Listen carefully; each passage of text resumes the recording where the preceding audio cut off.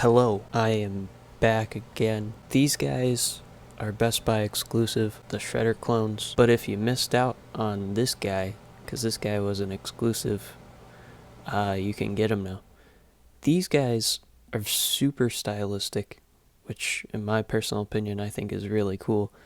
Just like all the red and black, it goes really well together. On this guy in particular. On this guy, I feel like it's a little bit sloppy, but and this guy too a little bit, but I mean overall I think it's a cool variant to have if you want these guys in the shadows. I always kind of like that kind of style. But yeah, let's take a look at this guy first, I guess. He's got good articulation. His neck for me doesn't want to bend all the way, so I'm not gonna force it. His arms can move pretty nicely. They can bend really, really well. I'll bring out the Loot Crate one. His arm is just floppy, and it's really annoying. Like, both of them are. So I'm really glad that this guy seems, for the most part, to be fixed with that problem. But yeah. This guy, I mean, just the red and blacks go so well together. So yeah, that's that guy. Little Shredder clone. I'm going to call this guy Walmart because he's blue. And Walmart articulation, like, his legs can move up and down like that. And then his foot can move. It's really tiny ball joint. But that's all he gets. This is literally, I'll have it on me right now. Maybe I'll dig for it later. But this is literally like a 1-to-1 replica of how the 2012 Playmates Shredder clone moves, which is kind of frustrating, because his arms also can only move like up and down, really, and that's, I don't know, his hands can't move either.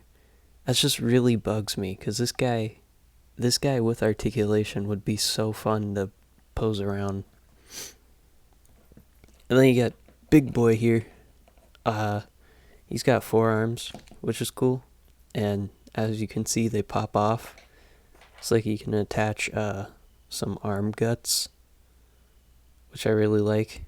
I especially like it in the purple and black. It's really cool. But yeah, his arm can pop off.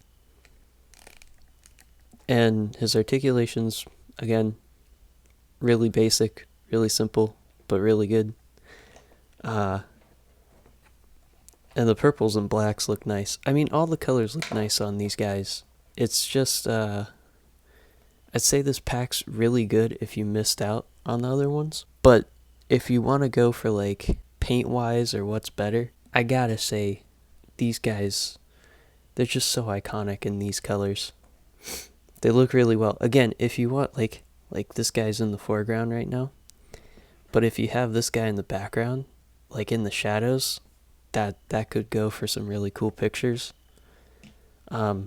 Here's the forearm dude next to this guy. Like, again, a lot more paint on this guy than this guy. And honestly, this guy beats this guy for sure. There's also, like, smudges and stuff, which kind of bothers me a little bit. But yeah, again, no hate really towards these sculpts. These sculpts are great. It's just the articulation that really limits this guy in particular.